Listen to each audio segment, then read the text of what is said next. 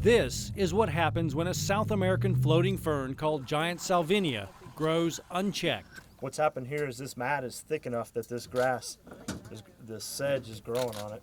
I'm still not touching bottom. What looks like a grassy meadow is actually deep water, matted over by giant salvinia with an earthbound plant growing on top. That's the terrestrial plant. All this disrupts the ecosystem. It's bad for boating, bad for fishing, and has the potential to dominate a body of water. So why would state biologists dump more giant salvinia into the lake?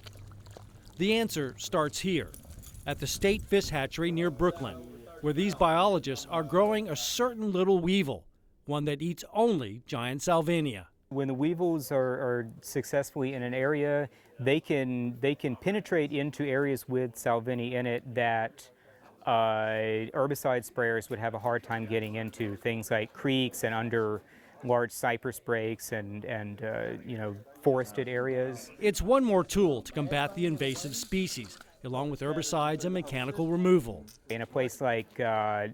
Steinhagen Reservoir, we've had very good success with the weevils because it stays warm enough and it's stable enough water level. So back on Sam Rayburn, the biologists add weevil-infested salvinia so they can eat and multiply. It's not immediate and requires repeated treatments. But over a year or two, they hope to lessen the impact on the lake. That's a 9-pound weight.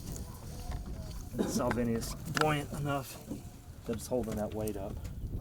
The biologists say once there's salvinia, there will always be salvinia.